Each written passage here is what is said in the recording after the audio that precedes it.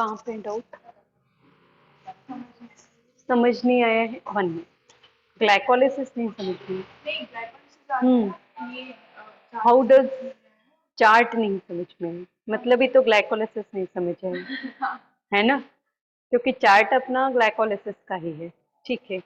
And energy generation कैसे हो रहा है, 10 ATP, ये दो।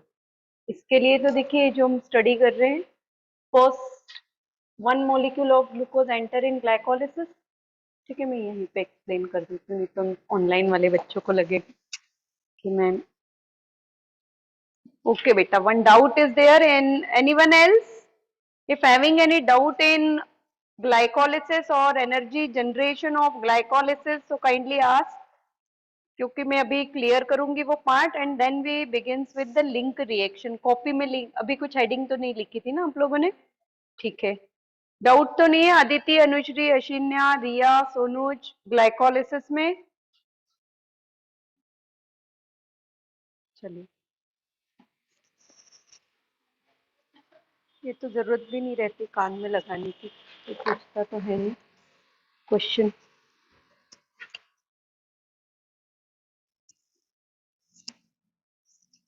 देखिए, ग्लाइकोलिसिस का जो रिएक्शंस है आपके 10 रिएक्शंस, वो आपको याद करने पड़ेंगे, ठीक है। वो आपका पार्ट है। कैसे ग्लाइकोलिसिस में, how does this glucose gate convert into pyruvic acid? So actually when we come towards glycolysis, so 1 molecule of glucose, which is a 6 carbon compound, enters in series of reactions. Total कितने reaction है that we study? 10 reactions, ठीक है। So by 10 reactions this glucose get convert into pyruvic acid. Okay, this pyruvic acid is a 3 carbon compound. तो ये तो understood है कि when 6 carbon compound is broken down into 3 carbon compound, so how many molecules will form? 2 molecules, ठीक है। That's why glycolysis में हम simply कह रहे हैं process of breakdown of glucose, 1 molecule of glucose into 2 molecules of pyruvic acid. ये तो clear है। अब ग्लूकोज आपका जब ब्रेक हो रहा है इन पायरुविक एसिड, तो किसके फॉर्म में ब्रेक होगा? Glucose is break in 2 phases. First phase is called as preparatory phase and second is called as payoff phase, ठीक है। प्रिपरेटरी फेज का मीनिंग क्या है? The phase in which glucose continuously आपका क्या हो रहा है? आइसोमेरिक फॉर्म में कन्वर्ट होते जा रहा है। Glucose convert into fructose, then fructose 1,6 biphosphate, and for the first time preparatory phase means the glucose is prepared for the formation of pyruvic acid, ठीक है। प्रिपरेशन में गया है ग्लूकोज पायरुविक एसिड के फॉर्मेशन में। So during that phase glucose is break down into 2 molecules of 3 carbon compound.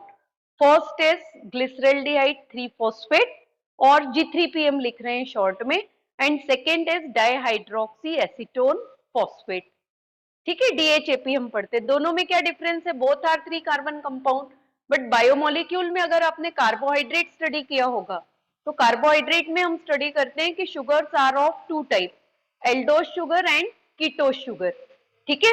तो glyceraldehyde 3 phosphate is a aldose form of sugar, 3 carbon sugar. Monosaccharide आपके कहां से स्टार्ट होते हैं? 3 कार्बन से मोनोसेकेराइड स्टार्ट होके मैक्सिमम मोनोसेकेराइड्स में कितने कार्बन एटम होंगे? 7 कार्बन एटम। तो मोनोसेकेराइड 3 कार्बन के ट्रायोज कहते हैं हम, 4 कार्बन के मोनोसेकेराइड को टेट्रोज, 5 कार्बन का आपने राइबोज पढ़ा होगा या राइबुलोज पढ़ा होगा। आरएनए शुगर हम पढ़ते हैं कि राइबोज के फॉर्म में आरएनए शुगर है। Deoxy ribose is a DNA sugar. तो राइबोज एंड डीऑक्सी राइबोज आप टाइप के शुगर है पेंटोज, बिकॉज 5 कार्बन प्रेजेंट है। And glucose and fructose is a hexose sugar, ठीक है, 6 कार्बन से। एंड 7th कार्बन का एक शुगर है that is called as heptulose sugar, that is form during the C3 cycle. But आपको C3 cycle actually इतने detail में नहीं है। हम लोगों ने C3 साइकिल जो स्टडी किया है वो strictly according to NCERT study किया है। अदरवाइज वॉट एवर मोनोसेकेराइड्स हम पढ़ते हैं, C3, 4, 5, 6 and 7 carbon, all these monosaccharides are formed itself during the C3 cycle, ठीक है ना। तो अब ये 6 कार्बन का हेक्सोज है, ये स्लोली स्लोली किस में ब्रेक हो रहा है? 3 कार्बन में। तो तो फर्स्ट आप जब ग्लाइकोलिसिस पढ़ रहे हैं तो प्रिपरेटरी फेज में हमने क्या पढ़ा था, अब एंजाइम्स को हम स्टडी नहीं करेंगे। ग्लूकोज किसमें कन्वर्ट हुआ, शॉर्ट में ग्लूकोज 6 फॉस्फेट में, then glucose 6 phosphate convert into fructose 6 phosphate. So glucose get convert into glucose 6 phosphate. That means one phosphate आपको क्या है reaction में required है. So automatically in this reaction ATP is broken down into ADP and inorganic phosphate. तो ये क्या form हो गया आपका glucose 6 phosphate. Now glucose and fructose are the isomeric form. तो ग्लूकोज आपका किस में कन्वर्ट हो गया, ओनली फ्रक्टोज में. ग्लूकोज का फॉर्मूला क्या है, ये वाइवा का तो इंपॉर्टेंट क्वेश्चन होता है, C6H12O6 and fructose is also C6H12O6. Then what is the basic difference between them. ठीक है, ग्लूकोज एंड फ्रक्टोज. ग्लूकोज आपका हेक्सागोनल रिंग्स के फॉर्म में, क्योंकि ये एल्डिहाइड है फंक्शनल ग्रुप. ग्लूकोज का फंक्शनल ग्रुप क्या होगा, aldehyde. So that's why it is called as aldose form of sugar. And in fructose, keto group is a functional group, so it is called as ketose sugar. Secondly, अगर आप structural formula show करते हैं glucose and fructose के, तो glucose is always present in hexagonal ring structure. तो यहाँ पे आपके होते हैं, ये इस तरह का स्ट्रक्चर आप पढ़ते हैं, ये ग्लूकोज का स्ट्रक्चर होगा. बायोमोलिक्यूल में ग्लाइकोजन आप पढ़ रहे हैं, ग्लाइकोजन में एनसीईआरटी में देखिए इसी तरह के स्ट्रक्चर्स बने हुए हैं hexagonal. Why, because glycogen is form by the monomeric units and monomeric units क्या है, ग्लूकोज हैं आपके. ठीक है. एंड फ्रक्टोज आपका किस फॉर्म में प्रेजेंट होगा, fructose is present in 5 carbon ring. तो पेंटोज नहीं है फ्रक्टोज. फ्रक्टोज का जो रिंग है वो कैसे होगा, पेंटागोनल रिंग होगा, है ना. इसलिए हम इसको क्या कह रहे हैं कि 5 कार्बन या 5 मेंबर रिंग. 5 कार्बन नहीं, इसको आप कहते हैं 6 मेंबर्ड रिंग. एंड फ्रक्टोज किसके फॉर्म में प्रेजेंट होगा, 5 मेंबर्ड रिंग के फॉर्म में. दिस रिंग इज एक्चुअली, आपका आंसर ओनली ये होता है कि glucose is a aldose sugar and fructose is a ketose sugar. And glucose किस फॉर्म में प्रेजेंट है, glucose present in the form of pyranose ring. And ये जो पेंटागोनल रिंग होता है, this ring is commonly called as प्यूरेनोज ring. Ring structures आप आगे higher classes में केमिस्ट्री में पढ़ेंगे तो क्लियर होगा आपको. तो ये प्यूरेनोज रिंग के फॉर्म में है. तो ये बेसिक स्ट्रक्चर है. अदरवाइज तो स्ट्रक्चर में आपका कोई भी डिफरेंस नहीं है. Formula wise glucose and fructose both are similar structures, similar है. ठीक है. तो फॉर्म क्या हो गए आपके, सिंपली आइसोमेरिक फॉर्म. तो फॉस्फोफ्रक्टो आइसोमरेज हम एंजाइम यूज कर रहे हैं. Isomerase enzyme convert this glucose 6 phosphate into fructose 6 phosphate. ठीक है. अगर सुक्रोज का मॉलिक्यूल आपका एंटर हो रहा है या सुक्रोज सेल में प्रेजेंट है, जैसे शुगर केन में पढ़ रहे हैं, ग्लूकोज में आप पढ़ रहे हैं, हनी में हम पढ़ते हैं, क्या प्रेजेंट है आपका, ग्रेप्स है, sugar cane and honey. It is a source for the sucrose. Sugar किस फॉर्म में, सुक्रोज. सुक्रोज डाइसेकेराइड है because it is form by the 1 molecule of glucose and 1 molecule of fructose. ठीक है. Sucrose जब break होगा तो वो किसको रिलीज करेगा, it releases the glucose as well as fructose and both directly enter in the process of glycolysis. तो glucose अगर एंटर हो रहा है तो वो फर्स्ट फेज ऑफ ग्लाइकोलिसिस में एंटर होता है. ठीक है. व्हेन फ्रक्टोज, हम फ्रूट को अगर ले रहे हैं तो हम किसको यूज कर रहे हैं, फ्रक्टोज को. फ्रक्टोज क्या है आपका, फ्रूट शुगर है. ठीक है. तो फ्रूट्स को अगर हम कंज्यूम कर रहे हैं तो हम फूड में किसको कंज्यूम कर रहे हैं, फ्रक्टोज शुगर के फॉर्म में. So that fructose will never convert into glucose and glucose 6 phosphate. In that case, glycolysis, ये क्वेश्चन भी आया है, एम्स में क्वेश्चन था कि fructose is a food substrate, then how many reactions will be take place in glycolysis? So glycolysis only कितने reaction में complete होगा, 8 रिएक्शंस में. ग्लूकोज से ग्लूकोज 6 फॉस्फेट का एक रिएक्शन, ग्लूकोज 6 फॉस्फेट से फ्रक्टोज 6 फॉस्फेट. तो 2 रिएक्शंस रिक्वायर्ड ही नहीं है because that fructose directly enter into the fructose 6 phosphate. ये कॉन्सेप्चुअल क्वेश्चंस हैं. ठीक है. सच आपको कहीं मिल नहीं रहा है. अब फ्रक्टोज 6 फॉस्फेट फिर आपका देखिए किसमें, ग्लाइकोलिसिस की तरफ हम आ रहे हैं. तो ये बेसिक डिफरेंस क्लियर है कि ग्लूकोज एंड फ्रक्टोज में क्यों कन्वर्ट हुआ. उसका रीजन भी है कि ग्लूकोज के लिए प्लाज्मा मेम्ब्रेन को रिसेप्टर्स रिक्वायर्ड होते हैं, रिसेप्टर प्रोटीन. एंड सिम्पोर्ट आपने स्टडी किया है, प्लांट फिजियोलॉजी में हमने पढ़ा था, एक antiport, uniport and symport. Symport में हम स्टडी करते हैं कि molecule is always travel with another molecule. 2 molecules are always transport together, then it is called as symport. Glucose is an example for import because glucose never transported on their own. तो glucose transport के लिए हमेशा किसके ऊपर depend है? It is always dependent on the phosphate. तो either it develop convert into glucose 1 phosphate और 6 phosphate. तो यहाँ पे किसमें कन्वर्ट हुआ? वो glucose 6 phosphate. Then after it enter inside the cell membrane, fructose 6 phosphate में कन्वर्ट हुआ. फ्रक्टोज 6 फॉस्फेट से ये किसमें कन्वर्ट हुआ? फिर से फ्रक्टोज 1,6 बाई फॉस्फेट. ठीक है. अगेन यहाँ पे फर्स्ट कार्बन एटम पे फॉस्फेट ऐड हुआ है. इनिशियली तो कितने कार्बन एटम पे था? 6 carbon atom. Now the one more phosphate is added at the first carbon atom of the fructose. तो यहाँ पे again second molecule of ATP is broken down into ADP and inorganic phosphate. ठीक है. सो preparatory phase में हम क्या कह रहे हैं कि in preparatory phase of glycolysis we require 2 ATP. Total कितने एटीपी रिक्वायर्ड है प्रिपरेटरी फेज में? 2 ATP. And what are the steps when glucose convert into glucose 6 phosphate and fructose 6 phosphate convert into the fructose 1,6 biphosphate. या फिर आप याद रखिए कि reaction 1 and ये जो रिएक्शन है ये क्या है? ग्लाइकोलिसिस का रिएक्शन थर्ड. तो first and third reaction of the glycolysis needs the ATP. तो 2 एटीपी तो यहाँ रिक्वायर्ड हुए क्योंकि एक ही ग्लूकोज एंटर हो रहा है. आफ्टर दैट एल्डोलेज ने वर्क करना स्टार्ट किया और aldolase will break down this 6 carbon sugar into 3 carbon sugar. ठीक है. और 3 carbon compounds. So what is the 3 carbon compound? 3 carbon compound is glyceraldehyde 3 phosphate or G3P, and second is dihydroxy acetone phosphate. यहाँ तक glycolysis, all the reaction of glycolysis up to formation of fructose 1,6 biphosphate or up for the formation of G3P and DHAP only take place for one time. ठीक है.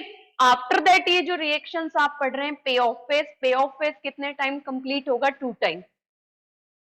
ठीक है ना. क्यों 2 time complete हो रहा है? Because 1 time G3P is enter in payoff phase, second time DHAP get convert into G3P and then that second molecule of G3P, because कितने कार्बन कंपाउंड है ये आपके? 3 कार्बन. एंड कितने फॉर्म हुए? 2 मॉलिक्यूल्स. पायरुविक एसिड कितने form होने? 2. तो पे ऑफ फेज कितने बार होगा आपका? 2 टाइम होगा. ठीक है. सो इन एवरी रिएक्शन जो कंप्लीट हो रहा है तो वो क्या होगा आपका? 2 NaDH2 फॉर्म हो रहे हैं. ठीक है ना. एवरी रिएक्शन में आप देखिए पे ऑफ फेज की तरफ आप लोग अपने चार्ट्स की तरफ आएंगे. पे ऑफ फेज में जब आप पढ़ रहे हैं तो आप स्टडी करते हैं कि दिस ग्लिसरल्डिहाइड 3 फॉस्फेट ये किस में कन्वर्ट हो रहा है? 1,3 बाइफॉस्फोग्लिसरिक एसिड. ठीक है. And this is the one and only reaction of glycolysis where ATP is not use, क्योंकि 1,3 बाइफॉस्फोग्लिसरिक एसिड में अगर यू कन्वर्ट हो रहा है वो, तो फर्स्ट कार्बन एटम पे तो फॉस्फेट अपने को रिक्वायर्ड था. ठीक है ना. यहाँ पे क्या है आपका? G3P glyceraldehyde 3 phosphate. So only phosphate is available at the third carbon atom. ठीक है.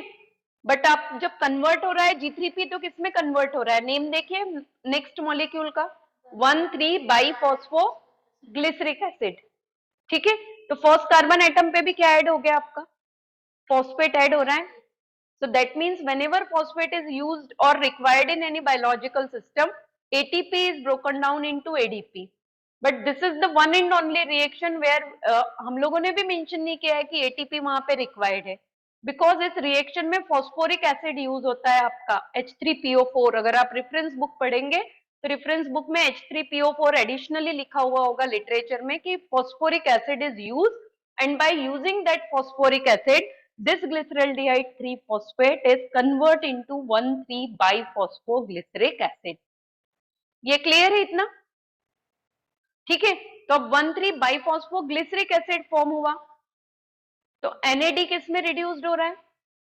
देखिए वहां पे NaDH2 लिखा है ना आपने. NaDH2 का फॉर्मेशन मल्टीप्लाई किससे किया है? उसको 2 से. अब क्लियर है why we multiplied by 2? because 2 time payoff reaction is take place, so 2 molecules same reaction take place for 2 time and 2 molecules of NaDH2 are produced. फिर उसके बाद आपको सिंपल याद रखना है कि 1,3 बाइफॉस्फो से क्या फॉर्म हुआ? 3 फॉस्फो. 3 फॉस्फो से क्या फॉर्म हुआ? 2 फॉस्फोग्लिसरिक एसिड. ठीक है. तो एक एटीपी फिर फॉर्म हो गया 1,3-बाइफॉस्फो से when 3-फॉस्फोग्लिसरिक acid is form, so 1 molecule of ATP releases. Reaction में तो देखने में आपको 1 एटीपी ही अपीयर हो रहा है, but originally that reaction is take place for the 2 time. अब क्लियर है ना कि why we every time multiplied it by 2, because the entire payoff phase take place for 2 time। तो NADH2 कितने फॉर्म हुए?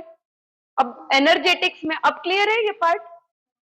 Now NADH2 are 2 NADH2 are form directly. अगर NADH और H plus हम नहीं कह रहे हैं तो 2 मॉलिक्यूल्स किसके फॉर्म हो गए? NADH2 के। 1 molecule of NADH2 is equivalent to 3 ATP। ठीक है, इलेक्ट्रॉन ट्रांसपोर्ट सिस्टम जब हम पढ़ते हैं तब आपको लिखा हुआ है वहां पे, और वो हम पढ़ते हैं कि 1 NADH2 किसके इक्विवेलेंट है? आपका 3 ATP के इक्विवेलेंट होता है, because in 1 molecule of NADH and H plus 52 kilo calories present होते हैं। किलो कैलोरीज के फॉर्म में NADH2 किसके इक्विवेलेंट है? 52 किलो कैलोरीज के। ठीक है, एंड एटीपी के टर्म्स में अगर आप स्टडी करते हैं तो how many ATPs are equivalent to 1 molecule of NADH2? तो सिंपली 3 ATP। तो टोटल 2 NADH2 ने 6 ATP जनरेट कर दिए, और 2 ATP 2 रिएक्शंस में प्रोड्यूस हो रहे हैं। एक तो 1,3-बाइफॉस्फो से 3-फॉस्फोग्लिसरिक एसिड बना, एट दैट टाइम एक एटीपी रिलीज हुआ, एंड देन फॉस्फोइनॉल पाइरुवेट से पाइरुविक एसिड फॉर्म हुआ। In that reaction also ATP is synthesized, 4 ATP। तो टोटल कितने एटीपी जनरेट हो गए आपके? 10 एटीपी जनरेट हुए। 8 क्यों हुए? किसने कहा 8? नहीं, जनरेट कितने हुए? ठीक है, क्वेश्चन देखिए ऐसे, और इसी में कंफ्यूजन होता है। The net gain of glycolysis, तो answer is 8 ATP। Net gain means जितना जनरेट हुआ और जनरेट में से कितना रिक्वायर्ड हुआ। तो 2 ATP रिक्वायर्ड है, 10 ATP जनरेट हुए हैं। और जनरेट कितने हो रहे हैं? तो जनरेट पे ऑफ फेज में ही हो रहे हैं। 10 ATP are generated in preparatory phase, 2 ATP used हो जाएंगे, and after that net gain आपके पास सेल के पास कितना बचा? 8 ATP। क्लियर है ग्लाइकोलिसिस? अब जो पाइरुविक एसिड फॉर्म हुआ, ये साइटोप्लाज्म में फॉर्म हुआ है। रिएक्शन कहाँ कंप्लीट हुआ आपका?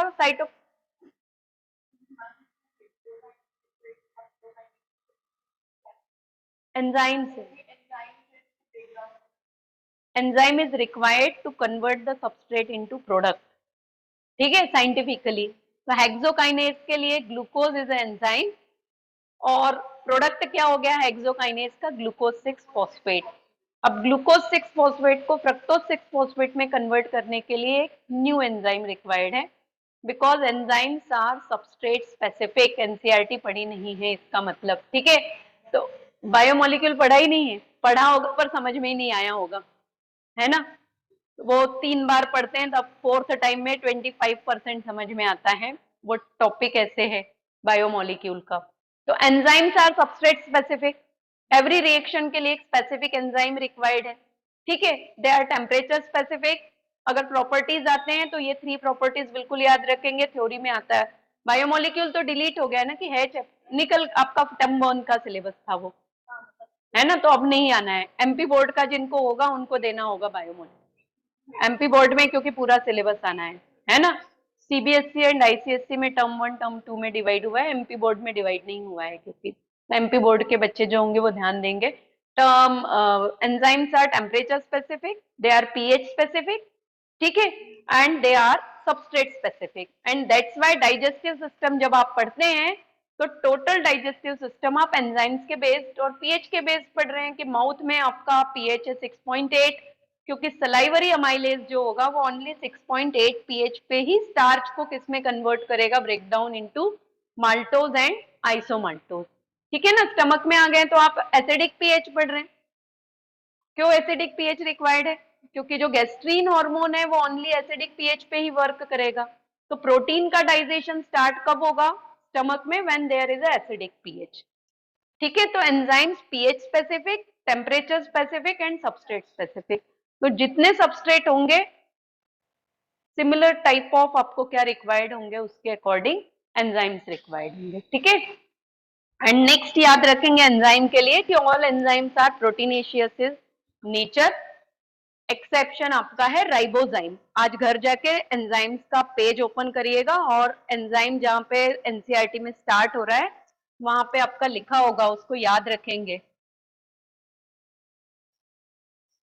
बायोमोलिक्यूल तो नीट अगर देना है तो biomolecule one of the most important chapter, next class में बायोमोलिक्यूल के मैं टिक करवा दूंगी। एक टेबल है वहां पे बायोमोलिक्यूल में जिसमें सेकेंडरी मेटाबोलाइट्स लिखे, only from that table this year जो भी 20 सितंबर में एग्जाम हुआ था ना 2021 में, उसमें एक ही टेबल से 2 क्वेश्चंस थे। ठीक है, एंड क्लोजली कनेक्टेड लाइन से क्वेश्चंस होते हैं, one paragraph from one paragraph 2 और 3 क्वेश्चंस। तो ध्यान से पढ़ेंगे बायोमोलिक्यूल, 9th चैप्टर, 9th है ना, ये नहीं, और चेंज करो नेक्स्ट पेज, ये वाला टेबल, एक ये टेबल, और इस टेबल में देखिए लास्ट में GLUT4 लिखा है। चलिए अब अपन पढ़ते हैं। अब क्लियर है ग्लाइकोलिसिस के डाउट्स? यहाँ पे इन लोगों को तो किसी को भी डाउट नहीं थे, because no one raising any question. और ये कैसे हो रहा है, ये मुझे बहुत आश्चर्य हो रहा है। ठीक है, तो केवल 11th के लिए पढ़ रहे हैं तो ठीक है, फिर तो कि क्वेश्चंस नहीं होंगे तो सोच रहे होंगे कि याद कर लेंगे हम glycolysis one day before examination, है ना। अब इसके बाद देखिए नेक्स्ट हेडिंग लिखेंगे लिंक रिएक्शन।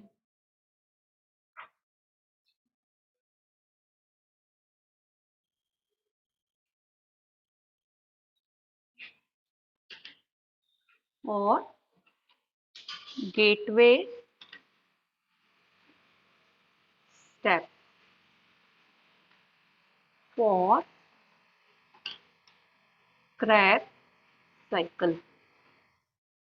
ठीक है, इस पार्ट को फिर समझिएगा, ड्रॉ नहीं करेंगे, ओनली इसको कॉन्सेप्चुअली समझिए, तो ये आपको क्लियर होगा कि why this link reaction is take place. यहाँ पे आपका साइटोप्लाज्म, ठीक है, in cytoplasm glucose enter in glycolysis, and by the process of glycolysis this glucose break down into 2 molecules of pyruvate or pyruvic acid। ठीक है, now Krebs cycle study करनी है। Krebs cycle कहां पे कंप्लीट हो रहा है? इन मैट्रिक्स ऑफ माइटोकॉन्ड्रिया और इन इनर चैम्बर ऑफ माइटोकॉन्ड्रिया कहते हैं। ठीक है, ये हम माइटोकॉन्ड्रिया ड्रॉ कर रहे हैं। माइटोकॉन्ड्रिया में आप देखेंगे two membranes are there, outer membrane and inner membrane, and inner membrane show the finger like projections। ये स्ट्रक्चर हम बाद में देखते हैं। These are called as cristae। यहाँ पे आपको instead of cristae F1 particle का रोल है। Now outer membrane of mitochondria is completely permeable। ठीक है, and why this membrane is permeable? Outer membrane of mitochondria is permeable। Why it is permeable? So it because of the presence of porine proteins। Permeability of nature is only depend on the availability of porine protein। ठीक है, ये थोड़ा conceptual part है। तो side से आपके अब ये जो पायरुविक एसिड साइटोप्लाज्म में फॉर्म हुआ है, for this pyruvic acid and for another solute also the membrane is completely permeable, outer membrane, but inner membrane of mitochondria, this inner membrane is selectively permeable और differentially permeable। जो plasma membrane का nature है selectively permeable। okay, so inner membrane is selectively permeable and outer membrane is permeable। ठीक है, तो एक room में सारे बच्चों के लिए एंट्रेंस है तो पूरे के पूरे एंटर हो गए। उसके बाद जो सेकेंड रूम में एंटर होना है वहां पे क्या हो गया? स्क्रीनिंग हो गई। ठीक है, अब स्क्रीनिंग हो गई अगर उस रूम में, तो ओनली जो बच्चे पास आउट होंगे उस स्क्रीनिंग टेस्ट में वही सेकेंड रूम में एंटर होंगे। सेम यहाँ पे, यहाँ तो आके सभी कुछ साइटोप्लाज्म पूरा का पूरा आके क्या हो गया, यहाँ पे स्टोर हो गया, डिपॉजिट हो गया, क्योंकि साइटोप्लाज्म के लिए ये मेम्ब्रेन क्या है आपका? परमिएबल है, आउटर मेम्ब्रेन। तो this pyruvic acid which is form, ओहो वेट करते हैं, नहीं ड्रॉ नहीं करना है।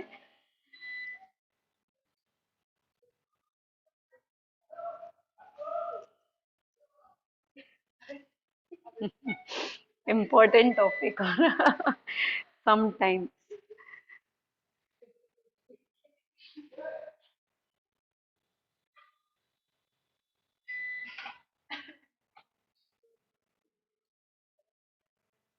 क्लास तो ब्रेक हो जाती होगी ना तुरंत कि कंटिन्यू रहती है?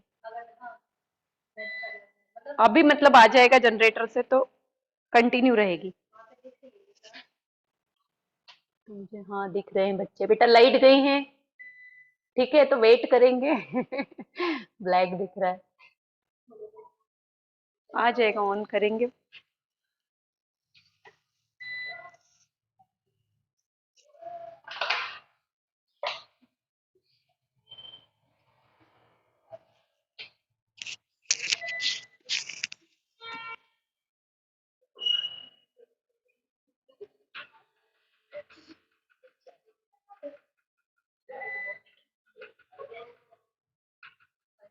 स्टार्ट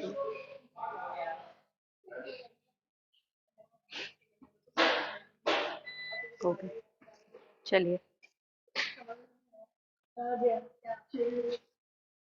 ठीक, ठीक है हाँ ठीक है। तो यहाँ पे देखिए what ever pyruvic acid is form in cytoplasm, that pyruvic acid, because the membrane is permeable, so this pyruvic acid is now enter in the space present between the outer and inner membrane of mitochondria. This space is called as perimitochondrial space or outer chamber,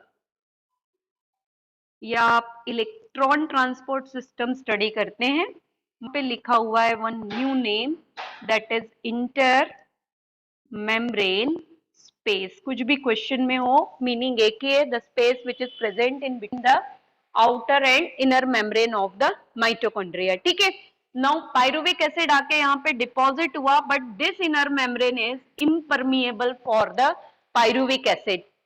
clear है? तो pyruvic acid आप याद रखिए कि screening test में fail हो रहा है यहाँ पे, so it can't be enter inside the matrix. तो अब ये पायरुविक एसिड यहाँ डिपॉजिट होगा and after that it enters in one link reaction. Link reaction का मीनिंग है कि pyruvic acid is convert into one another compound for which membrane is permeable. ठीक है, तो पायरुविक एसिड कितने कार्बन का कंपाउंड है? 3 carbon compound. So in perimitochondrial space, this pyruvic acid is converted into a 2 carbon compound that is called as acetyl coenzyme A. Carbon compounds बिल्कुल याद रखेंगे, carbon atoms. Compound जब study कर रहे हैं तो कार्बन एटम का नंबर याद रखेंगे match the column type of questions के लिए। तो pyruvic acid convert into 2 carbon compound acetyl coenzyme ए। 3 कार्बन से 2 कार्बन अगर कन्वर्ट हो रहा है, इट मींस डिकार्बोक्सिलेशन हुआ। तो ओरिजिनली इस प्लेस में क्या हो रहा है, रिएक्शन कैसे है आपका? Decarboxylation reaction, 1 molecule of CO2 is releases. और ग्लूकोज जब ब्रेक होता है तो आप क्या पढ़ रहे हैं कि whenever glucose is break down, so it will result in the formation of 6 molecule of carbon dioxide, 6 molecule of water and 38 ATP.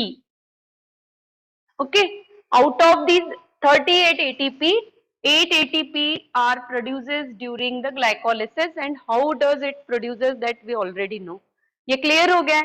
अब अपने को टोटल ओनली किसके ऊपर कंसंट्रेट करना है? 30 ATP के लिए। एंड 30 ATP कहाँ प्रोड्यूस होंगे? They are producers inside the Krebs cycle. Mitochondria में प्रोड्यूस है, but during inside a mitochondria ये रिमेनिंग 30 ATP ग्लूकोज के थ्रू कहाँ प्रोड्यूस होंगे? माइटोकॉन्ड्रिया में।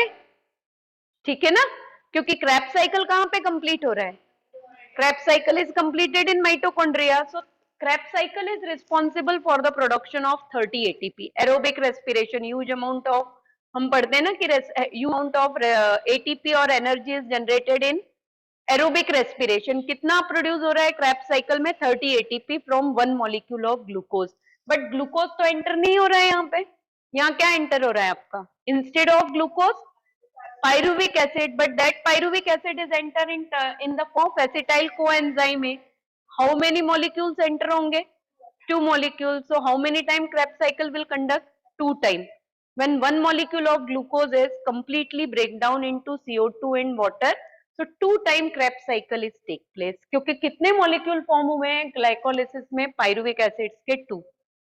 ठीक है, and every Krebs cycle will result in the production of 15 ATP. दो हम स्टडी कर रहे हैं कि Krebs cycle will generate a 30 ATP, but वो Krebs साइकिल किसके लिए स्टडी कर रहे हैं आप? For one molecule of glucose. ठीक है ना, but one molecule of glucose कितने टाइम Krebs साइकिल में जाएगा? 2 times, and every Krebs cycle will result in the production of 15 ATP. ठीक है, तो यहाँ पे ओरिजिनली क्या हो रहा है? लिंक रिएक्शन का मीनिंग है what kind of reaction? Decarboxylation of the pyruvic acid. तो फर्स्ट जो कार्बन डाइऑक्साइड है वो रिलीज हुआ. कितने मॉलिक्यूल CO2 के रिलीज होते हैं लिंक रिएक्शन में? तो वन मॉलिक्यूल फॉर पर पायरुविक एसिड. और ग्लूकोज के लिए अगर क्वेश्चन आया तो 2 मॉलिक्यूल फॉर पर ग्लूकोज, क्योंकि ग्लूकोज से कितने पायरुविक एसिड फॉर्म हुए थे? 2 पायरुविक एसिड. ठीक है, और ग्लूकोज अगर लिंक रिएक्शन में गया है तो means 2 molecule of pyruvic acid link reaction में एंटर होंगे, because glucose directly never enter in link reaction.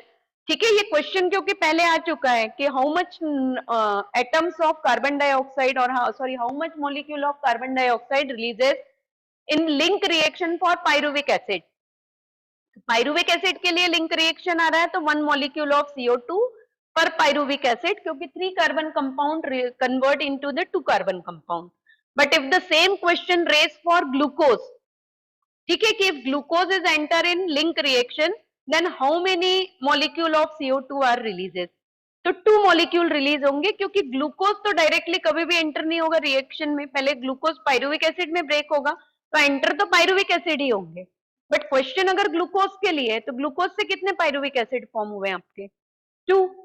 तो 2 एसिटाइल कोएंजाइम में फॉर्म हुए तो 2 मॉलिक्यूल ऑफ कार्बन डाइऑक्साइड भी रिलीज होंगे, क्योंकि 2 टाइम डीकार्बोक्सिलेशन वहां पे कंप्लीट होगा. नहीं, 2 मॉलिक्यूल फॉर्म हुए ना पायरुविक एसिड के, so 1 molecule of pyruvic acid convert into 1 acetyl coenzyme है, तो एक कार्बन डाइऑक्साइड रिलीज किया. फिर second molecule also enter in कहां पे? Outer chamber. 2 molecules, this is 1 molecule and this is second molecule. ये 2 molecule एंटर हुए ना यहाँ पे, and 2 molecule simultaneously enter in decarboxylation. तो दोनों individually on their own decarboxylation में जा रहे हैं ना. तो इसने एक CO2 रिलीज किया, और ये जो पायरुविक एसिड है this is also convert into the acetyl coenzyme में, ये भी CO2 रिलीज करेगा. तो ग्लूकोज, क्वेश्चन तो ग्लूकोज के लिए आएगा, क्योंकि रेस्पिरेशन में सबस्ट्रेट क्या है? Food substrate glucose. तो if glucose is enter in glycolysis और glucose is enter in link reaction, हाँ, तो ग्लूकोज के लिए क्वेश्चन है तो कितने मॉलिक्यूल फॉर्म करेंगे वो CO2 के?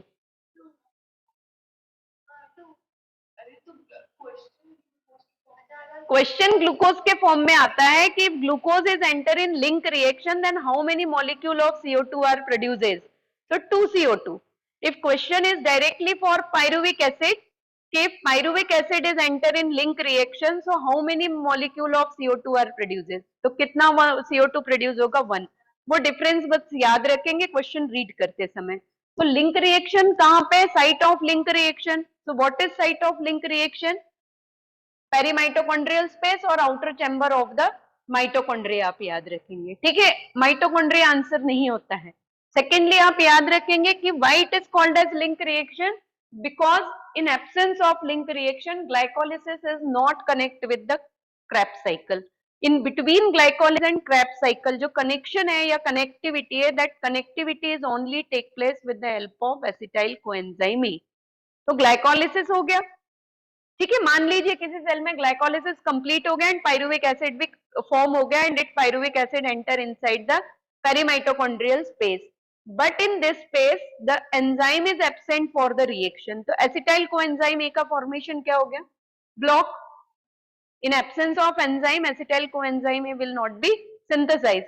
तो ऑटोमेटिकली क्रेब्स साइकिल नहीं होगा, क्योंकि क्रेब्स साइकिल में आप अगर एनसीईआरटी में देखेंगे तो एनसीईआरटी में क्लियरली लिखा, डायग्राम देखिए एनसीईआरटी का, उसमें क्रेब्स साइकिल में एसिटाइल कोएंजाइम है, रिंग के फॉर्म में डायग्राम है, ठीक है। और एसिटाइल कोएंजाइम है आपका, बाइंड किसके साथ होता है, it is combined with ऑक्जेलो acetic acid, हाँ वहां पे वो क्रेब्स साइकिल का डायग्राम है। उसके ऊपर देखिए स्ट्रेट वे में ग्लाइकोलिसिस को एक्सप्लेन किया एक्चुअली शॉर्ट में, ग्लूकोज पाइरुविक एसिड में, फिर पाइरुविक एसिड एसिटाइल कोएंजाइम है, and that acetyl coenzyme A will responsible to start the Krebs cycle. So glucose or pyruvic acid will not directly participate in Krebs cycle. तो meaning clear है link reaction का, reaction which responsible for connecting the glycolysis and Krebs cycle to each other. And link molecule क्या है? Acetyl coenzyme A is a link molecule.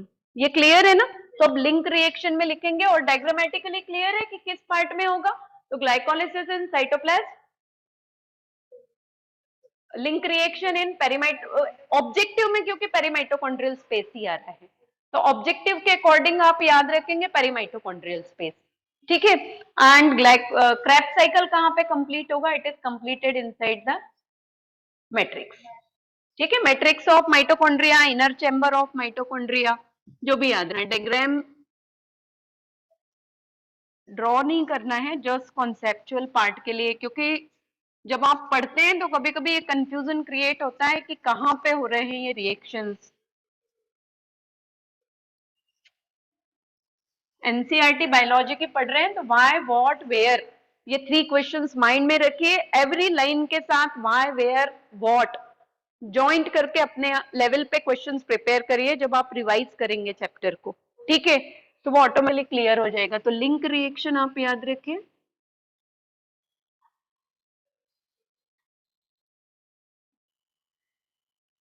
Site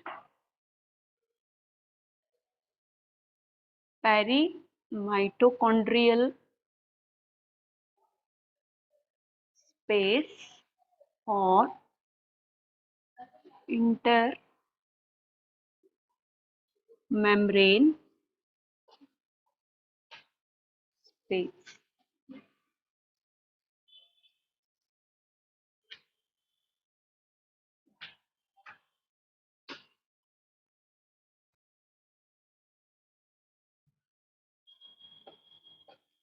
enzyme pyruvate dehydrogenase,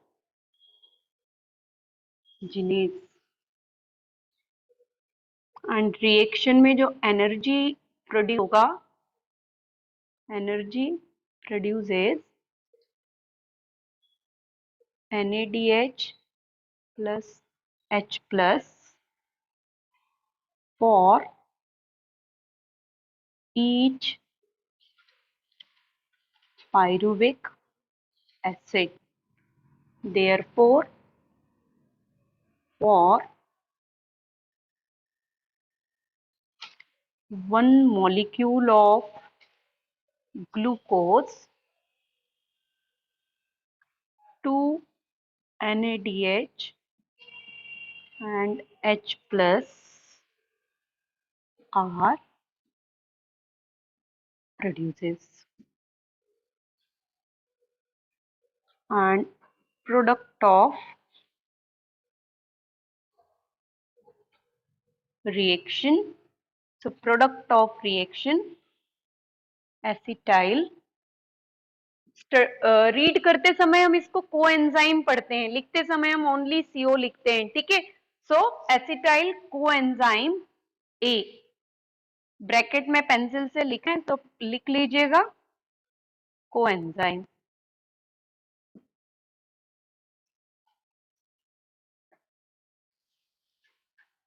ठीक है। Next reaction लिख लीजिएगा, only 1 molecule of pyruvic acid के लिए हम लिखते हैं pyruvic acid plus NAD plus coenzyme A,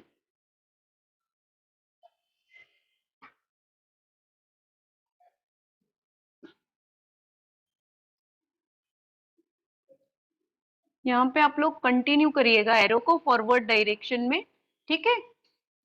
enzyme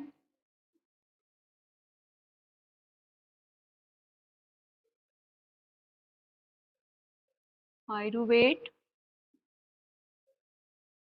dehydrogenase form होगा acetyl coenzyme A plus carbon dioxide and NaDH plus H plus, और NaDH2 आप डायरेक्टली लिख सकते हैं, and this is the actually link reaction, ठीक है।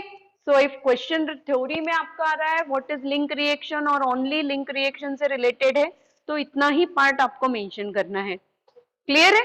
और नाउ ये जो एसिटाइल कोएंजाइम है ये अब कहाँ पे एंटर होगा, this acetyl coenzyme A reaction we only mention for one molecule of pyruvic acid, originally कितने मॉलिक्यूल्स के लिए प्रोसीड करेगा, 2 मॉलिक्यूल्स के लिए प्रोसीड करेगा, ये याद रखेंगे।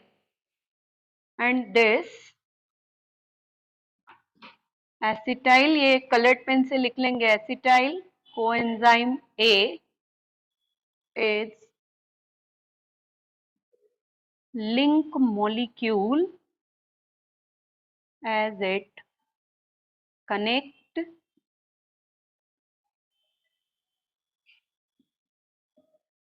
glycolysis to Krebs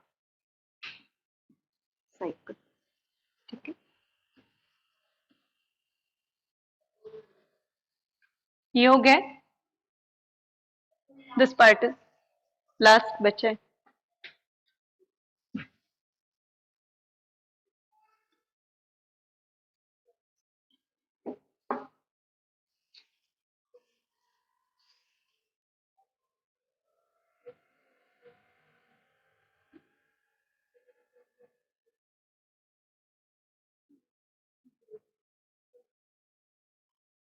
Krebs cycle,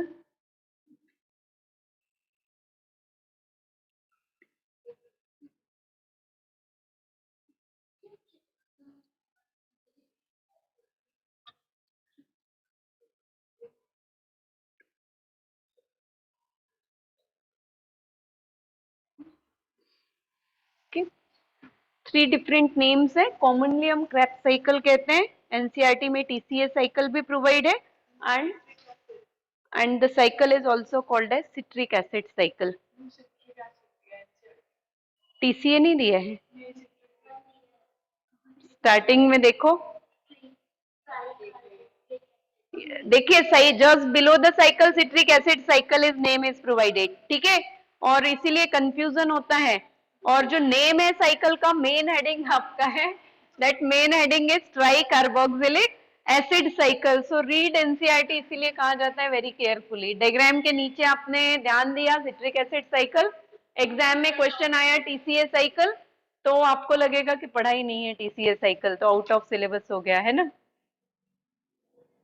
और उसके ऊपर देखिए टीसीए साइकिल के ऊपर जो मेन हेडिंग है टीसीए साइकिल का, उसके ऊपर के 3 स्टेटमेंट्स में दिया है कि सर हेंस क्रेब ने डिस्कवर्ड किया है, so this acetyl coenzyme A enter in Krebs cycle, है ना, because it was discovered by the sir Hans Krebs. तो नाम तीनों दिए हैं, अलग अलग जगहों पे दिए हैं तीनों नाम। नहीं क्यों, अपने ऐसा तो क्या किसी को नहीं समझ में आया, और इस नहीं तो वो पढ़ना तो एक एक चीज है ना, बुक में ऐसे थोड़ी होता है कि मेन मेन पढ़ लिया और हो गया। Everything from preface to bibliography पढ़ी जाती है बुक की फर्स्ट पेज से लास्ट, और एनसीईआरटी में तो आप समरी भी नहीं स्किप कर सकते हैं, ठीक है, जो पॉइंट्स दिए हैं वो भी स्किप नहीं कर सकते हैं, ठीक है। इसीलिए 2 बुक्स होने के बाद भी 360 में से 320 लाना डिफिकल्ट हो जाता है। नहीं तो बच्चों के लिए तो बहुत इजी है ना, जब 11th में स्टूडेंट आते हैं तो उनको लगता है only 2 books of NCERT 11th and 12th, और 360 मार्क्स का पेपर है उसमें से, तो पॉसिबल नहीं है, क्यों बच्चों को ड्रॉप लेना पड़ रहा है। एक तो वो भी रीजन है कि कंपटीशन बहुत ज्यादा है, नंबर ऑफ सीट्स कम है, गवर्नमेंट कॉलेजेस कम है ना, वो एक मेन रीजन है कंपटीशन का। बट दूसरा रीजन ये भी है कि जो 1 पेज ऑफ एनसीईआरटी है वो रेफरेंस बुक के 5 पेज के इक्विवेलेंट है, कि रेफरेंस बुक में 4-5 पेजेस पढ़ते हैं, उतना आपको समराइज कर दिया है 1 पेज में एनसीईआरटी के। अब क्रैब साइकिल देखें।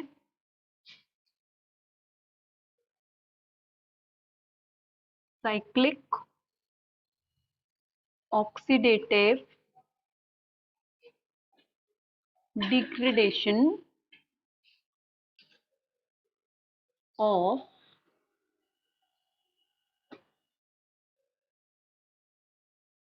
pyruvic acid in the form of acetyl coenzyme A। ये सभी पॉइंट सेकंड से कलर्ड पेन से ब्लैक वगैरह से लिखिए, नॉट एग्जैक्टली इंपॉर्टेंट वाला coloured pen.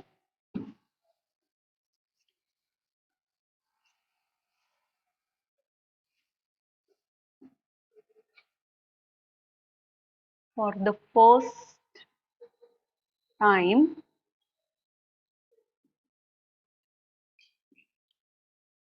discovered by Sir Hans Crabbe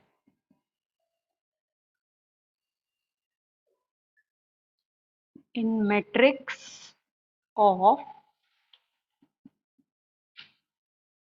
mitochondria as, देखिए एरोबिक रेस्पिरेशन को actually Krebs working on aerobic respiration, that how does aerobic respiration is take place and what is the exact role of oxygen in breakdown of the food substrate. ठीक है, at that time ही discovered the oxidative breakdown, और oxidative यहाँ पे definition में आप यही लिखते हैं कि cyclic oxidative degradation of the pyruvic acid. But pyruvic acid किस फॉर्म एंटर हो रहा है? It enter in terms of और in the form of acetyl coenzyme. Clear है? 2 मॉलिक्यूल, अब ये कॉन्सेप्चुअली सभी स्टूडेंट्स को क्लियर है। 2 molecule of acetyl coenzymes are form in perimitochondrial space and now one by one they enter inside the matrix of mitochondria and participate in Krebs cycle। Clear है ना? 2 molecule form हुए ना pyruvic acids के, 2 pyruvic acid से क्या form हुआ है? 2 molecule of acetyl coenzyme A। So now Krebs cycle is also take place for a 2 time, but whatever reactions हम स्टडी करेंगे that we only study for a 1 cycle, है ना? एक ही बार हम Krebs cycle को स्टडी करते हैं, मल्टीप्लाई आप कर देते हैं उसको फिर 2 से। क्लियर है ये? और एक्चुअली 2 टाइम भी नहीं होगा। ग्लूकोज कितने फॉर्म होते हैं? जितने नंबर ऑफ ग्लूकोज फॉर्म होंगे at the same time number of glucose molecules are enter in glycolysis, क्योंकि one enzyme is not only activating on a single molecule of a substrate. ठीक है, ये clear है? Second आपका reason है कि why it is called TCA cycle. तो इसमें आप लिखते हैं number of 6 carbon containing organic acid show presence of 3 carboxylate group। ठीक है, तो सिंपल आप ये भी लिख सकते हैं कि because number of organic acids are form which show the presence of 3 carboxylic group, therefore cycle is called tri carboxylic acid cycle। तो TCA cycle आप कह रहे हैं। And why it is called citric acid cycle? Because acetyl coenzyme when react with oxaloacetic acid and the first acid is synthesized, the first organic acid of the cycle is citric acid, That's why the cycle is called as citric acid cycle. ठीक है? The first acid formed by oxaloacetic acid and acetyl coenzyme A is 6 carbon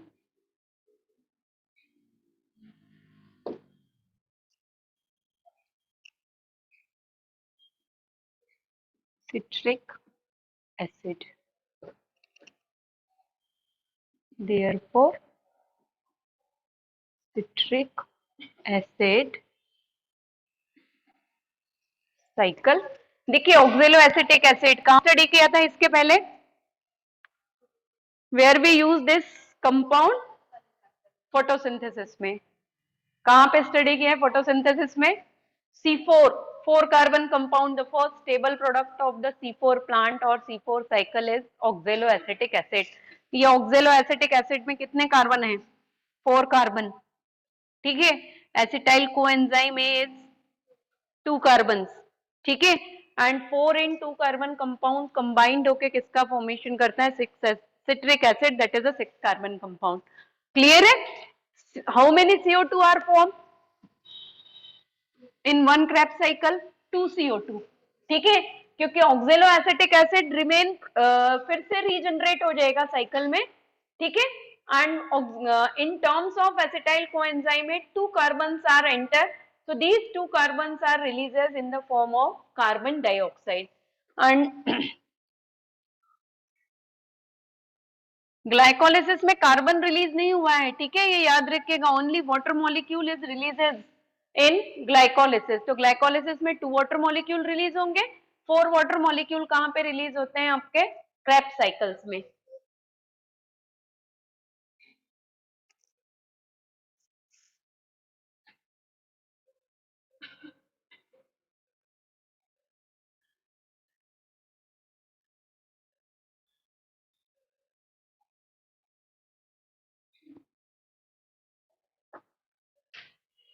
Each Krebs cycle 2 water molecule for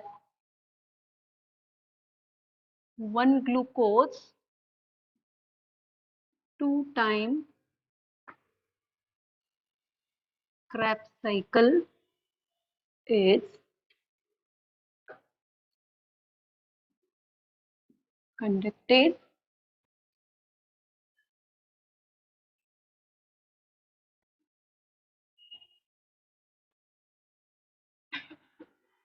each Krebs cycle generate 15 ATP. Therefore, for each glucose 30 ATP are generated by 2 turns of Krebs cycle. ठीक है? ये इतना याद रखेंगे introductory part में कि 1 pyruvic acid enter in Krebs cycle lead to production of 15 ATP. Glucose अगर enter होगा तो वो कितने एटीपी जनरेट करेगा? 30 एटीपी. ठीक है? अब साइकिल ड्रॉ करना है तो पहले ये कंप्लीट करेंगे क्योंकि एनसीईआरटी के साइकिल तो बहुत शॉर्ट है.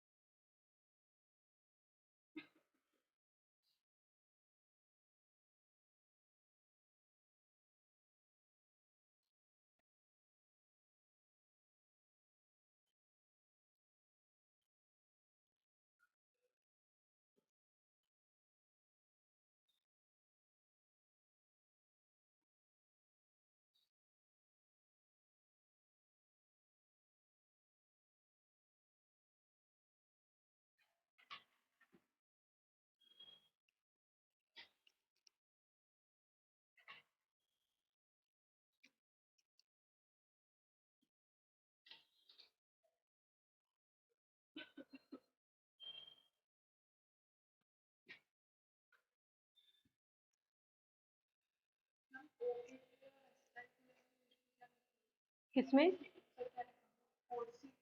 Oxalo acetic acid 4 carbon compound है, कोएंजाइम ही 2 कार्बन कंपाउंड है,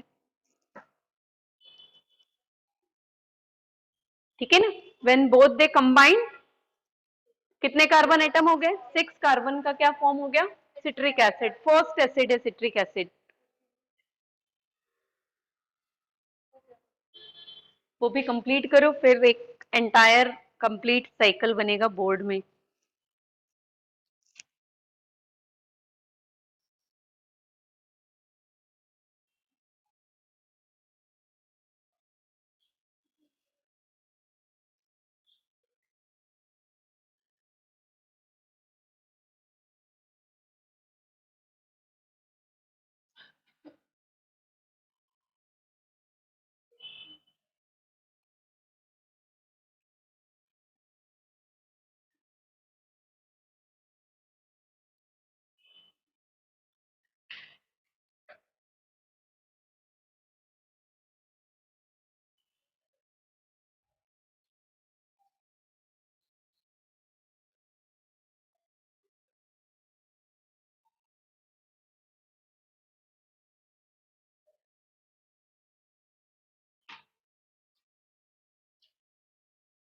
एरोबिक है रेस्पिरेशन, याद रखेंगे। ग्लाइकोलिसिस एनारोबिक रेस्पिरेशन, ऑक्सीजन के एब्सेंस में, है ना। तो एरोबिक सेल्स में ग्लाइकोलिसिस के साथ साथ क्रेब्स साइकिल कंप्लीट होगा।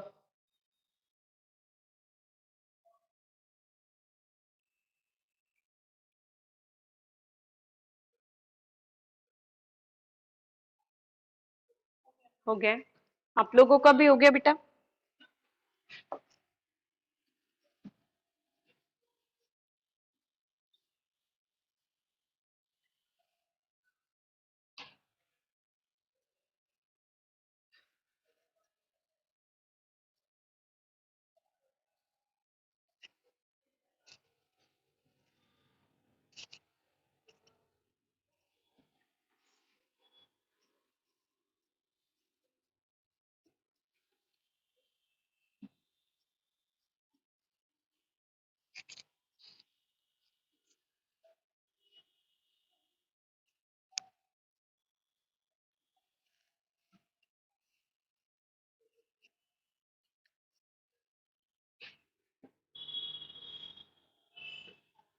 देखिए सेंटर से ही स्टार्ट करेंगे।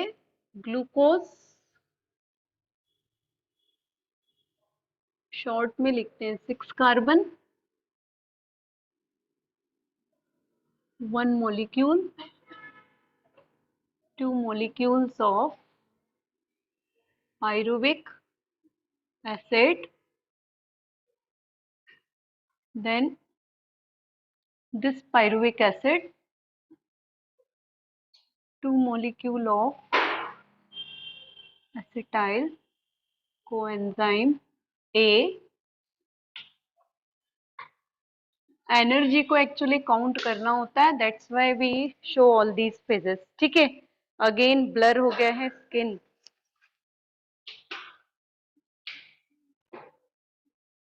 वेट करेंगे बेटा, अपने आप क्लियर हो जाएगा वो, ठीक है। सो NAD, नाउ डायरेक्टली NADH2 हम लिख रहे हैं, NAD will convert into NADH2। कितने मॉलिक्यूल फॉर्म होंगे NADH2 के? 2 मॉलिक्यूल्स, ठीक है ना, because 2 pyruvic acids, so 2 molecule we show here. Now this acetyl coenzyme A enter in Krebs cycles, ठीक है। यहाँ पे साइड में ये लिख लेंगे, ये प्रोसेस आपका कहाँ पे कंप्लीट हुआ है? In cytoplasm. This reaction is completed in perimitochondrial space, exactly centre page का जो होगा वहां से स्टार्ट करेंगे आप, क्योंकि साइकिल आपका कंप्लीट चलेगा। और एनसी का साइकिल हम लोग यूज नहीं करते हैं because that cycle is a very short cycle. Now this acetyl coenzyme ए कहाँ पे आ गया है? This is the inner membrane and यहाँ पे हम शो कर रहे हैं matrix of mitochondria. So this acetyl coenzyme A and ऑक्जेलो, short में ही लिखेंगे यहाँ पे ऑक्जेलो acetic acid, 4 carbon compound, this ऑक्जेलो acetic acid and acetyl coenzyme A combined किसका फॉर्मेशन करते हैं, citric acid, 6 carbon compound, enzyme यहाँ पे लिखेंगे, एनसीईआरटी में एंजाइम्स नहीं है, सिट्रेट सिंथेटेज, दिख रहा है आप लोगों को, बहुत छोटा हो गया ये।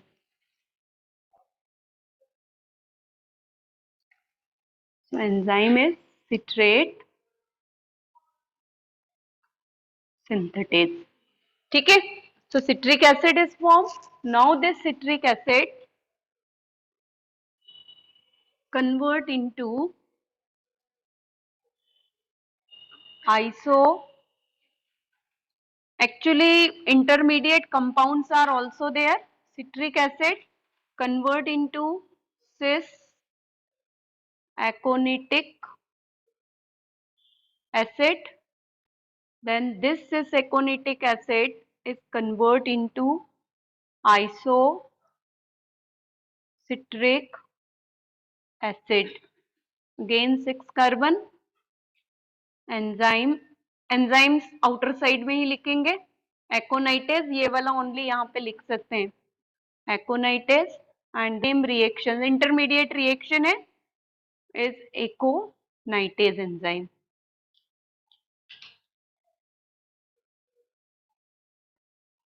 ठीक है, after that this isocitric acid with the help of isocitrate dehydrogenase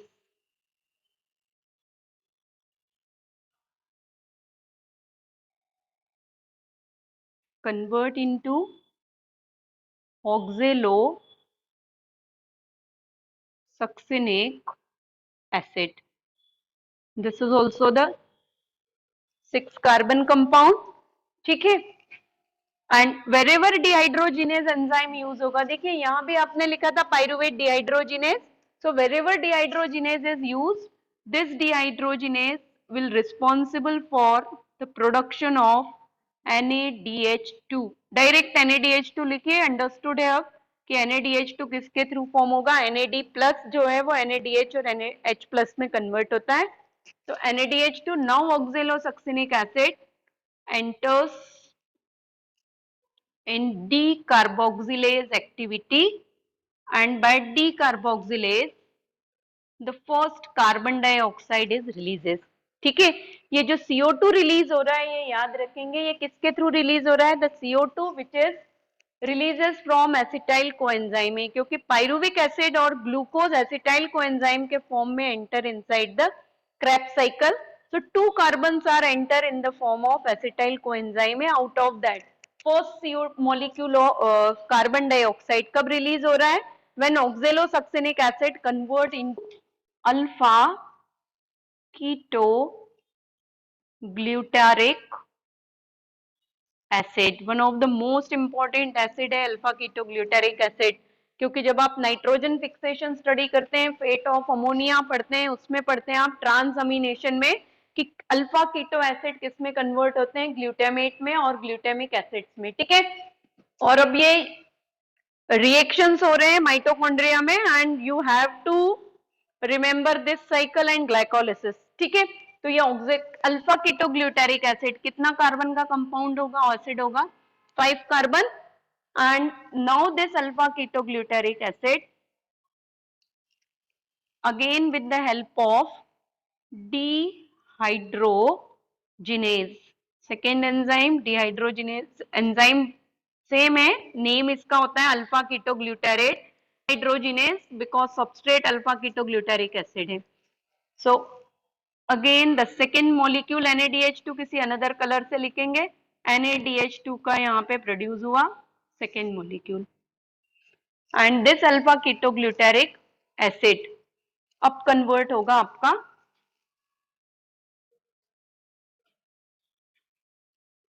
succinyl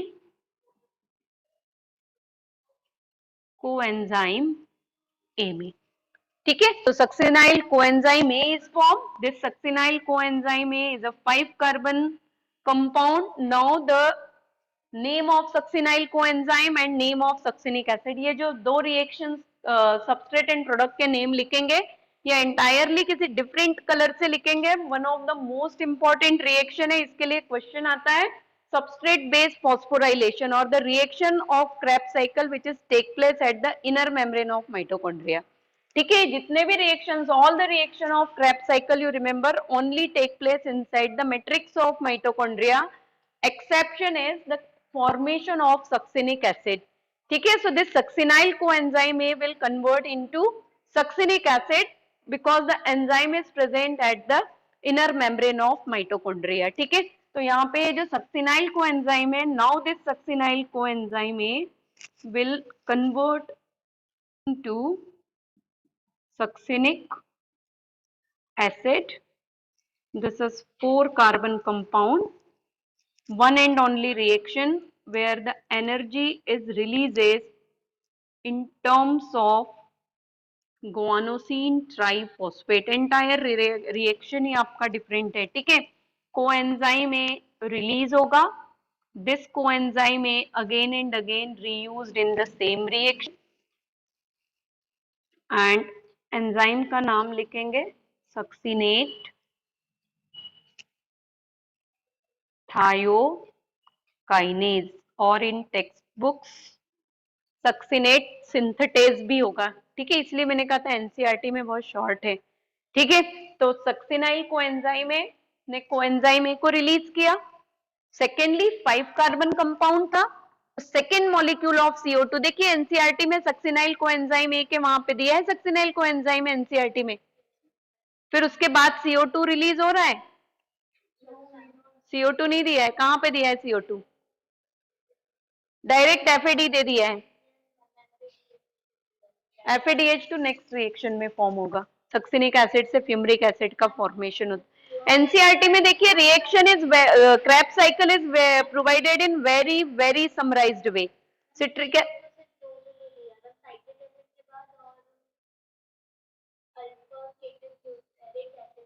बाद दिया है, नहीं कोएंजाइम में नहीं दिया है ना.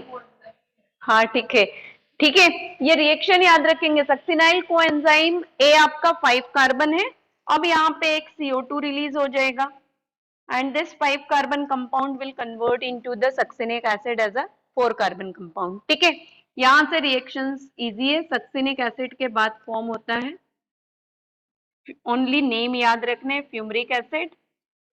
फ्यूमरिक एसिड विल, थ्योरी में यही ड्रॉ करना पड़े दो यू बिलोंग्स टू CBSE, क्योंकि 4 या 5 मार्क्स में क्वेश्चन आता है एंड एनसीईआरटी के इसके ऊपर कुछ मार्क्स नहीं मिलते हैं. ठीक है, क्योंकि एनसीईआरटी का बहुत ही समराइज्ड फॉर्म में शो किया है. इवन प्रोडक्ट क्लियर नहीं है, NADH2 के फेजेस क्लियर नहीं है कि what are the phases when NADH2 FADH2 and GTP is produces, और इसलिए इसको हम कह रहे हैं substrate based phosphorylation. Substrate based means guanine is a one of the substrate. ठीक है, एंड इस लेवल पे आपका फॉस्फोराइलेशन हो रहा है, GDP get convert into the GTP. Otherwise in all reaction आप अभी तक पढ़ते आ रहे हैं ATP production is take place, but here किसका प्रोडक्शन हो रहा है? Here the formation of GTP is appear. Now fumaric acid will convert into malic acid and this malic acid will become a oxaloacetic acid. ठीक है, and ये oxaloacetic acid फिर second molecule of acetyl coenzyme के साथ second cycle को start करता है. तो सक्सिनिक एसिड से फ्यूमरिक एसिड का जो फॉर्मेशन है वो आपका होगा फिर से सक्सिनेट डिहाइड्रोजिनेज और dehydrogenase. You remember again whenever dehydrogenase is used we say NADH2 is produces, but this is the one and only reaction where energy किसके फॉर्म में प्रोड्यूस हो रहा है? FADH2 के फॉर्म में. GTP यहां याद रखेंगे FADH2. ठीक है, flavin adenosine dihydrogen phosphate FADH2, fumaric से मैलिक एसिड का फॉर्मेशन होता है by the enzyme fumarase, 1 water molecule release होगा। कंफ्यूजन हो रहा है बहुत सारा ना, आ जाएगा, क्यों नहीं आएगा? तो इसीलिए ड्रॉ ही नहीं कर रहे हो, उतना ही तो स्पेस है। हाँ हाँ, ये भी 6 कार्बन ही होगा, सिर्फ एकोनेटिक एसिड उसको शो नहीं किया है क्योंकि इंटरमीडिएट कंपाउंड होता है और immediately it get convert into the iso citric acid. Clear है ना? So no need to worry, you come towards the next page and start to draw whenever जब हम एनर्जेटिक्स को स्टडी करेंगे तो एनर्जेटिक्स आप यहाँ लिख लीजिएगा क्रेब्स साइकिल के। ये अलग बात है कि आलस आ रहा होगा तो सोच रहे होंगे कि वीडियो देखेंगे और फिर ड्रॉ कर लेंगे, ऐसे ही कुछ सोच रही हो ना, है ना? तो फ्यूमरेज एंजाइम्स इसलिए कहा था सेपरेटली लिखेंगे क्योंकि वो ऑब्जेक्टिव के लिए इंपॉर्टेंट पार्ट है ये रिएक्शंस।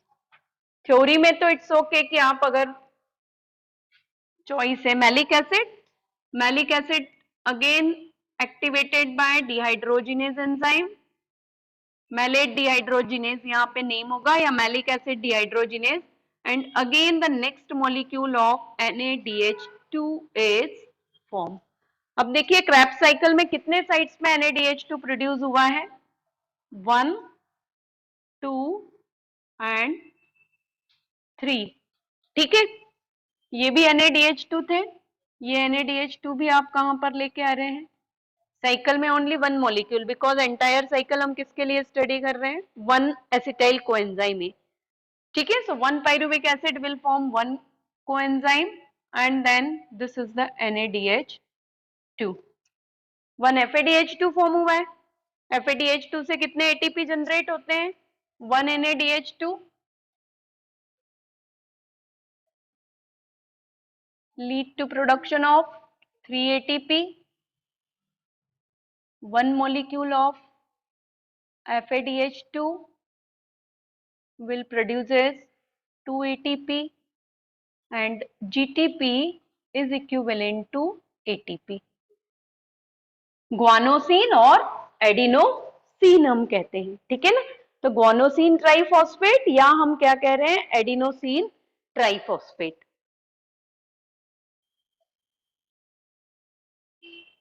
ठीक है, कंप्लीट करते हैं इसको। तो अब देखिए ये जो NaDH2 है ये कितने ATP जनरेट करेगा? 3। This also lead to 3 ATP, this also lead 3 ATP, GTP will lead to 1 ATP production. ठीक है, FADH2 से कितने ATP प्रोड्यूस होंगे? 2 and this NaDH2 will lead to 3 ATP। Clear है? टोटल कितने ATP हो गए आपके? 15 ATP। So one Krebs cycle will result in the production of 15 ATP और इसके लिए आपको entire cycle study करना होता है। If we come towards NCERT only, so we can't illustrate the phases where the ATP production is take place. So what is the energy generation? One Krebs cycle lead to the production of 15 ATP, 2 acetyl coenzyme A के molecule form हुए, so 2 time Krebs cycle is take place and total 30 molecules of ATP are formed। ठीक है ना? And 8 ATP कहाँ पे generate हुए आपके? Glycolysis में। तो टोटल आप जो लिख रहे हैं कि when complete oxidation of glucose is take place तो 38 ATP जनरेट। तो अब क्लियर है कि हाउ डज 38 ATP। ठीक है, जो ओल्डर बुक्स है वहां पे एक लास्ट के पैराग्राफ में 36 ATP लिखा होगा जब आप एनर्जी जनरेशन समथिंग स्टडी करते हैं।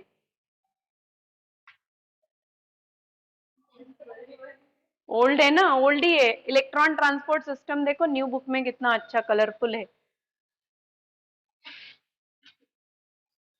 इसी पार्ट में होगा।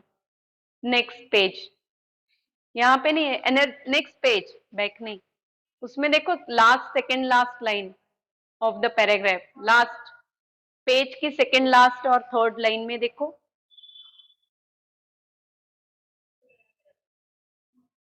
थर्टी सिक्स एटीपी दिया है ना, ओल्ड बुक्स में आप लोगों के पास भी देख लीजिए बेटा, ओल्ड बुक तो नहीं है एनसीईआरटी में। नेक्स्ट पेज पे इलेक्ट्रॉन ट्रांसपोर्ट सिस्टम में very colourful diagram is provided.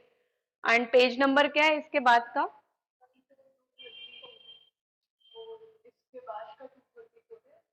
234 है ना। 234 में पेज का जो लास्ट लाइन होगा या सेकेंड लास्ट लाइन, उसमें अगर 38 एटीपी लिखा है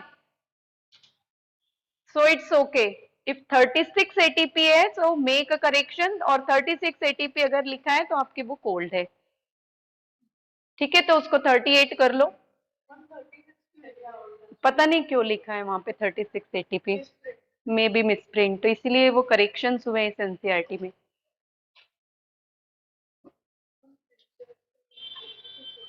क्या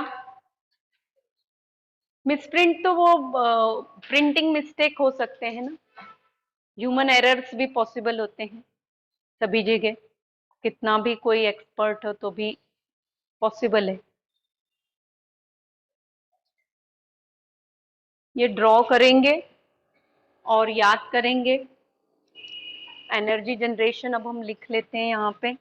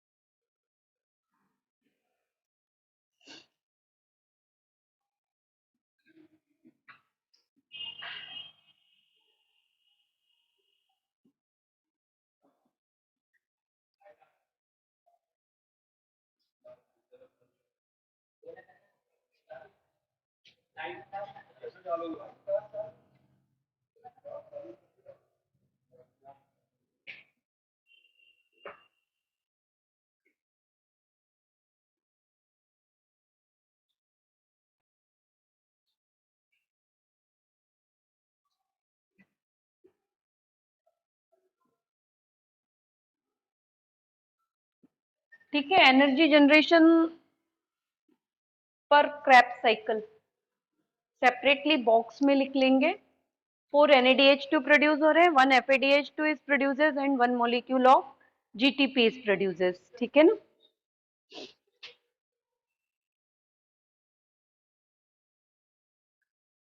इसमें भी तो डिटेल वाला ही होगा ये जो बुक है। हम्म,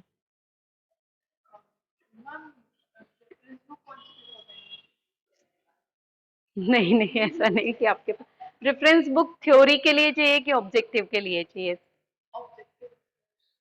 ऑब्जेक्टिव के लिए तो सो मेनी बुक्स JRB या MTG की बेस्ट होती है ना। इसमें आंसर्स बेटा चेक करना, मतलब ब्लाइंडली फेथ मत करना आंसर्स पे। One time you check the answers, और MCQ जब सॉल्व करेंगे ना तो एक बार कंफर्म होंगे आंसर्स के लिए। हाँ, MCQ तो बहुत मिल जाएंगे आपको। थ्योरी अच्छी है, डायरेक्टली एनसीईआरटी की है तो बुक तो अच्छी है, बट MCQ अपन नहीं कह सकते हैं। MCQ एक बार कंफर्म करेंगे, कहीं अगर किसी क्वेश्चन में डाउट हो रहा है MCQ के तो।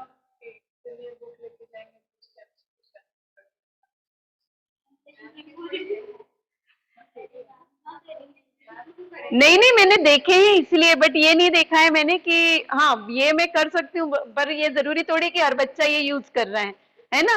Sometimes and NCERT eight finger tips one of the best book, तो वो तो बिल्कुल मतलब MTG के लेंगे बच्चे। बट वो आप जब 11th कंप्लीट करके एंटायरली आप रिवाइज कर चुके हैं एनसीईआरटी, तो फाइनल जब आप प्रैक्टिस करते हैं, for that final practice NCERT eight finger tips.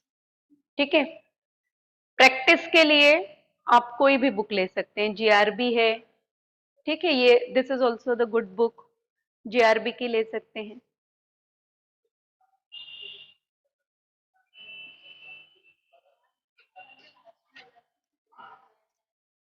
अलग से नहीं लिखा है, सक्सिनाइल कोएंजाइम में से कोएंजाइम रिलीज होगा and again this coenzyme is used in same reaction, तो वो एरो करके वापस जा रहा है रिएक्शन में।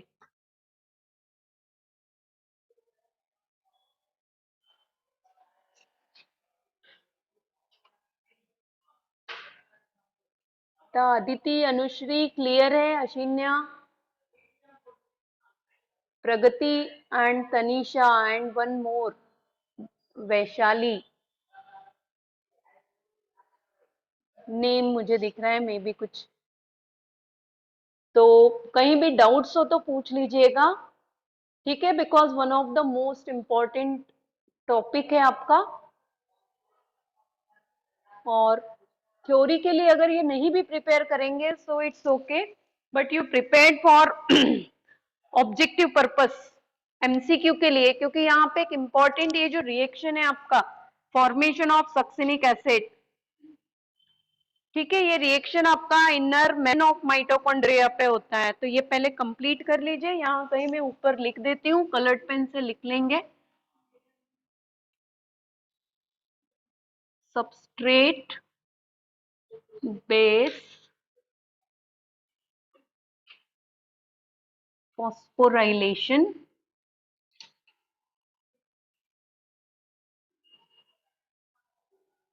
is the reaction, नीचे लिखिएगा साइकिल के बाद एनर्जी जनरेशन के बाद, ये क्वेश्चन एक्चुअली आया हुआ है, ठीक है। सो सबस्ट्रेट बेस फॉस्फोराइलेशन किस रिएक्शन में हो रहा है, तो रिएक्शन इज द रिएक्शन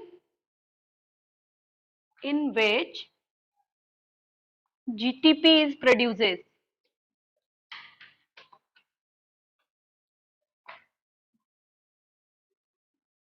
और जीटीपी कहाँ प्रोड्यूस हो रहा है, GTP is produces when succinic acid is form, तो साइड में लिख लीजिएगा या नीचे लिखिए सक्सिनिक एसिड फॉर्मेशन का जो प्रोसेस है, that process is called as substrate base phosphorylation, ठीक है।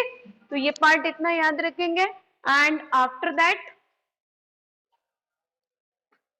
कहां पे हो रहा है ये रिएक्शन, तो रिएक्शन कहां पे होगा, इनर मेम्ब्रेन ऑफ माइटोकॉन्ड्रिया, तो ये भी नोट करेंगे एट ओनली इनर मेम्ब्रेन, याद रखिए, तो अंडरस्टूड है कि entire process is take place in mitochondria. Electron transport system का डायग्राम नेक्स्ट क्लास में हम इलेक्ट्रॉन ट्रांसपोर्ट सिस्टम स्टडी करेंगे, सो एट दैट टाइम ये आपका वहां पे प्रोवाइडेड है, ठीक है, सक्सिनिक एसिड का formation FADH2 eight inner membrane of mitochondria में, शो द बुक।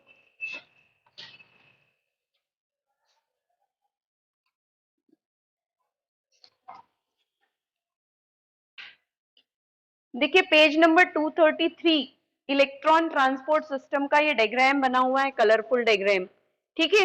इस डायग्राम में अगर आप देखेंगे तो आपको क्लियरली मेंशन्ड है मैट्रिक्स के साइड में, इस तरफ आप आते हैं डायग्राम के, और यहाँ पे लेबलिंग देखेंगे, आपके बुक में नहीं है, तो लेबलिंग में देखिए लिखा है सक्सिनेट आपका किस में कन्वर्ट हो रहा है, फ्यूमरेट में, तो सक्सिनिक एसिड फ्यूमरिक एसिड में कन्वर्ट हो रहा है।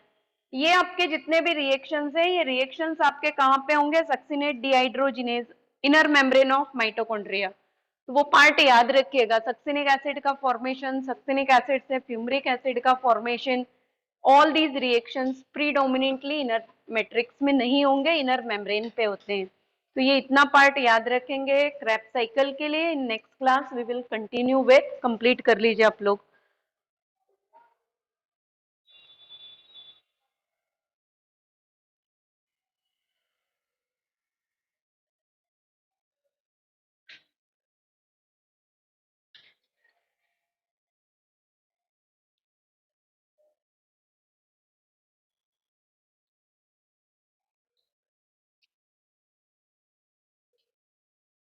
And that's why Krebs cycle or respiration is called as amphibolic pathway.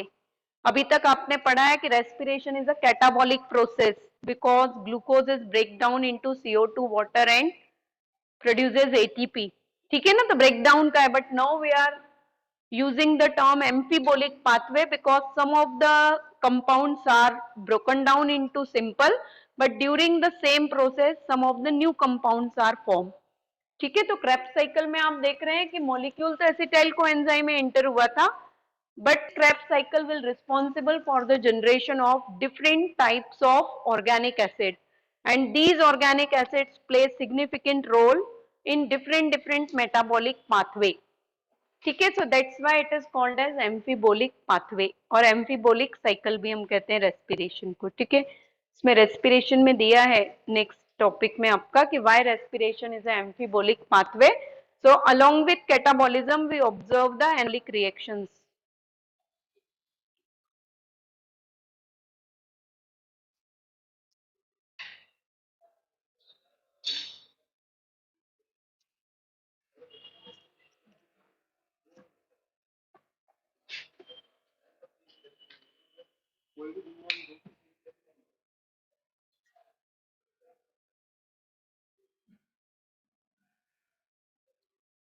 Complete हो गया होगा तो आप लोग मुझे बता देंगे कि वेदर इट इज कंप्लीटेड और नॉट इसमें मैसेज बॉक्स में.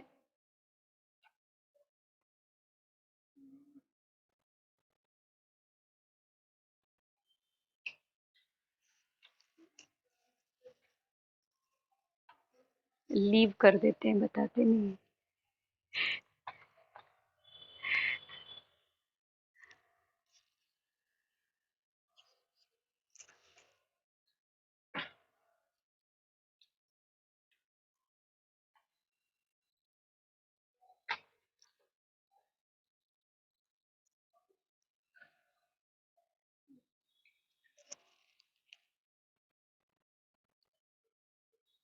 ओके अनुश्री, अदिति, कंप्लीट हो गया है. ओके बेटा.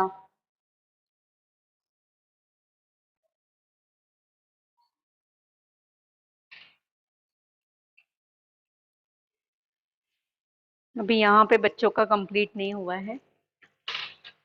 सो हो गया. थोड़ा सा बच्चे, अच्छा लेट स्टार्ट किया है. हाँ. इतना टाइम लगा तुमको डिसाइड करने में इतना कि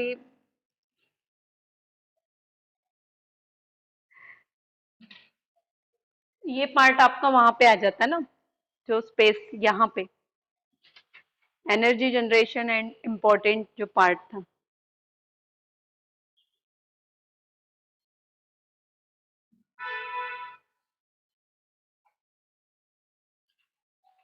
ठीक है, तो मैं क्लास ओवर करती हूँ बेटा. कहीं डाउट्स बार बार कह रहे हैं तो पूछेंगे. सभी का कंप्लीट हो गया है. ओके.